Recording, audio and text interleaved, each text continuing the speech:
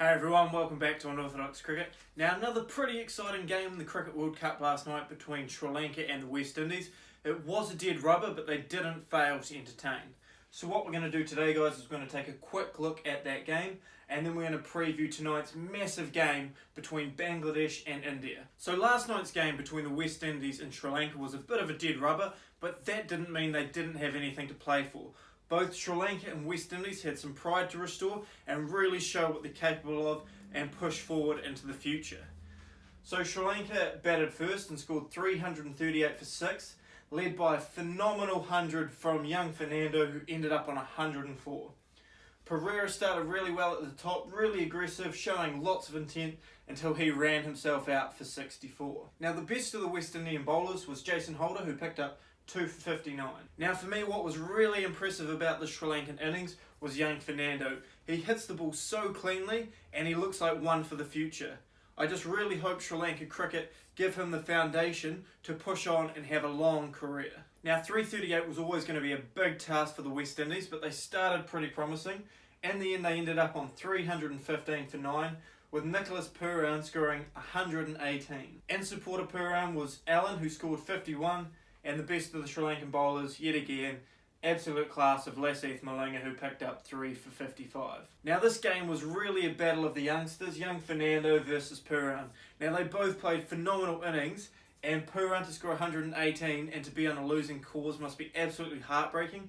But yet again, he's another player for the future, and let's really hope the West Indies can give him the support he needs. Now, throughout the whole innings, the West Indies looked like they might chase it down. Chris Gayle started a bit slow at the top. I really would have liked to see him go at the off spinner and try and take him downtown and just really lower that run rate.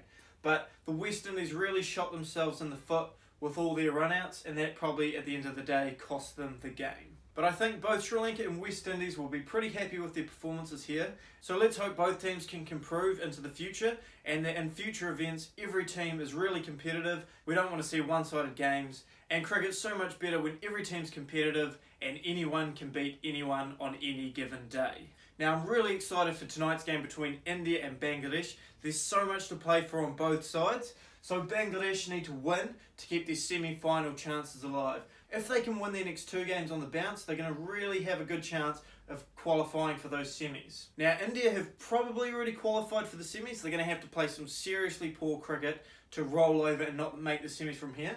But from their perspective, what they're going to really want is for the guys who are out of form to really step up and start to find some form. So guys like KL Rahul to score some runs at the top, young Rishabh Pant to come in and put a performance on the board. And I also think it might be a good chance to give Ravi Jadeja a run and just weigh up their spinning options moving forward. So now it's time to take a quick look at each team's keys to victory in this big game tonight.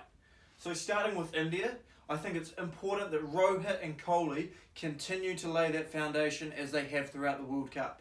Both players have been in great form, and it's time to do that again tonight so it can set it up for the likes of Dhoni, Pant and Pandya to close the innings with some big powerful strokes and really put that icing on the cake. Now if they don't lay this foundation, it's going to be absolutely key that guys like KL Rahul and Kedar Jadhav really step up and put some runs on the board.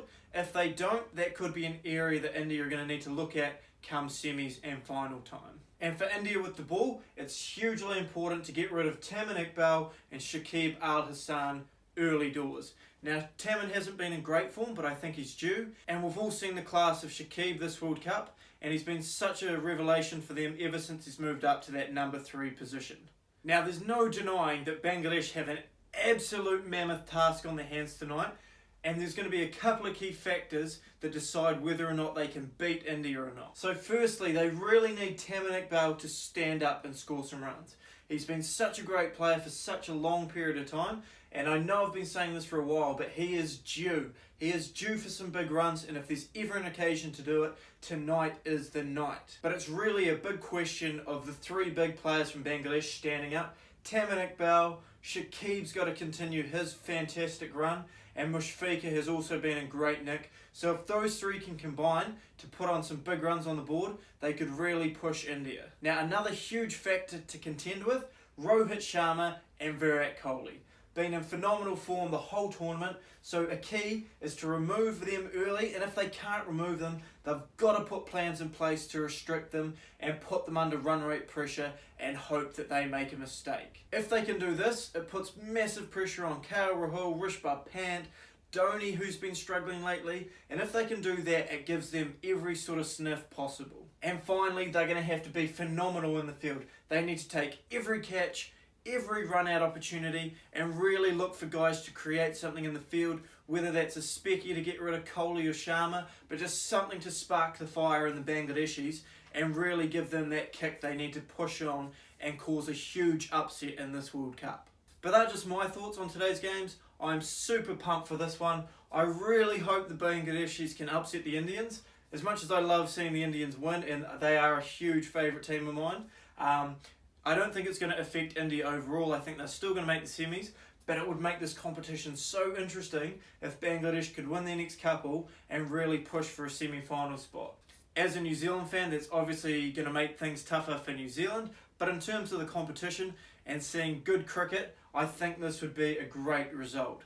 So that's all for today, guys. Let me know in the comments what you guys' thoughts on tonight's game are. Also, what you guys think of young Fernando's and Pooran's innings last night. I thought they were absolutely fantastic. But let me know in the comments. And just any general feedback on this channel, anything you might like to see in future. And if you guys haven't already, a subscribe would be great. And if you could like the videos, that will also help.